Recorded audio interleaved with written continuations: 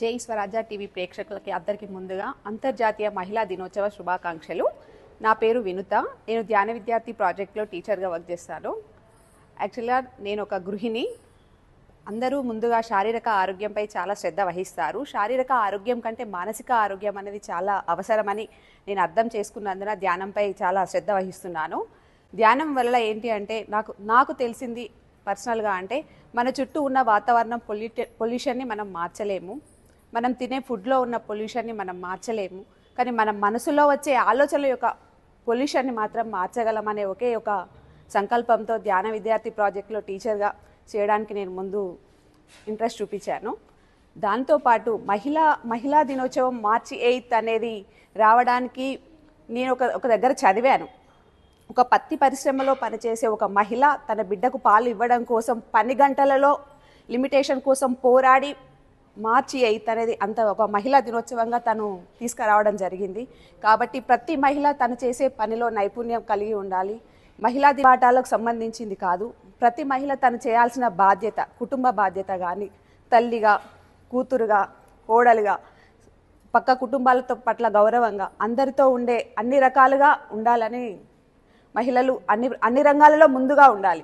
ఏదైనా సాధించాలనే తపన ఎంత ఉంటుందో మనం మాట్లాడే మాటలో పరిపక్వత ఎలా ఉంటుంది, మనం మాట్లాడే మాట వల్ల ఎలా ఉంటుంది, మనం చేసే పనుల్లో నైపుణ్యం ఎలా ఉంటుంది, మనల్ని మనం ఎంతసేపు బహిర్గతంగా చూస్తూ సమాజం ఎంతో రకరకాల పోకడలతో వెళ్తున్నప్పటికీ అంతర్గతంగా మనల్ని మనం పర్యవేక్షించుకోవడం అనేది ఒక ధ్యానం ద్వారానే జరుగుతుంది.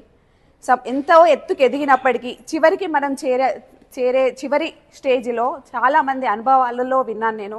వాళ్ళ యొక్క మానసికంగా ఆలోచన విధానం కానీ చాలా అబ్దుల్ కలాం గారు కానీ ఇప్పుడు చాలామంది మనకు ఎంతోమంది ఇన్స్పిరేషన్ ఉన్నారు. జ్యోతిర్బాయి పూలే కానీ చాలామంది ఉన్నారు. వాళ్ళని చూస్తే చివరి దశలో వాళ్ళు ఏం చెప్తున్నారు అంటే వాళ్ళ బుక్స్ చదవడం వల్ల కానీ అర్థమైన విషయం ఏంటి అంటే మన మనసును మనల్ని సెల్ఫ్గా కంట్రోల్ చేయడం, మన యొక్క ఆలోచన విధానాన్ని ఏ విధంగా మార్చుకోవడం, మన వల్ల సమాజానికి ఎంత అరకు సహాయం అయితే అంటే మనం ఎంతో అనవసరమైన మాటలు మాట్లాడడం తగ్గించడం వల్ల కూడా సమాజానికి ఉపయోగం చేయొచ్చు. మనం చేసే పనిలో నైపుణ్యం చూపించడం, మన ఉండే విధానంతో కూడా పక్క వాళ్ళకి సమాజానికి సేవ చేసినట్టే అనుకొని నన్ను నేను సంస్కరించుకోవడంలో అయితే శారీరకంగా ఎలా బయటికి కనిపిస్తామో మానసికంగా అంతర్గతంగా నన్ను నేను ఒక శిల్పంలా చెప్పుకోవడానికి నిరంతరం నేను కృషి చేస్తూ ఒక ధ్యాన విద్యార్థి ప్రాజెక్టులో టీచర్గా చేస్తున్నందుకు చాలా గర్వపడుతున్నాను.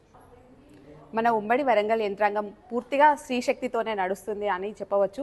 ముందుగా మేడారం సమ్మక్క సారక్క ఎలా వాళ్ళ శక్తి మనం తీసుకుంటున్నామో ఆ తర్వాత కొండా సురేఖ గారు కానీ సీతక్క గారు కానీ మన హన్మకొండ కలెక్టర్ ప్రావీణ్య గారు, వరంగల్ కలెక్టర్ సత్య శారద గారు, మేయర్ గుండు సుధారాణి గారు వీరందరూ కూడా ఎంతోమంది స్త్రీలు పురుషులకేం తక్కువ కాకుండా వారితో సరి సమానంగా చేస్తూ చాలా ఉన్నత పదవులలో ఉంటూ వాళ్ళ యొక్క కుటుంబ బాధ్యతలు నిర్వహిస్తూ సమాజ సేవ చేస్తున్నారు. మనం కూడా అందరం ఎవరికి ఏం తక్కువ కాదు. స్త్రీలో అనంతమైన శక్తి ఉంది.